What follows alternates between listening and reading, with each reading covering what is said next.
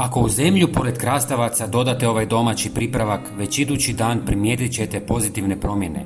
Biljke će izgledati zdravije, listovi će postati tamnije zelene boje, a rast će biti brži i snažniji, kao da su dobile novi život.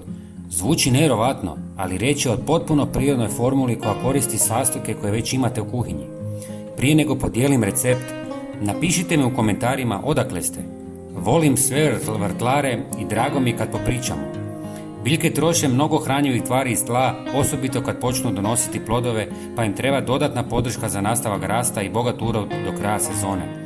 Ova mješavina djeluje na 3 načina. Potiče rast korijena i lišća, povećava broj cvjetova i plodova, te jača biljke da se lakše odupru bolestima i suši. Najbolje je što ćete već sljedeći dan vidjeti koliko su vaše biljke vitalne. Evo recepta za ovu prirodnu prihranu. U 1 litru mlake vode stavite 4 pune žlice prosijanog drvenog pepela, 120 ml mlijeka i 1,5 žlicu suhog kvasca. Dobro promiješajte i ostavite smjesu da odstoji 10-12 sati. Nakon toga razrijedite s 5 litara vode i zalijevajte tlo oko biljaka, nikako ne prskajte po lišću. Koristite ovu prihranu jednom u 15 dana i uživajte u zdravim, bujnim i plodnim biljkama bez skupih dodataka.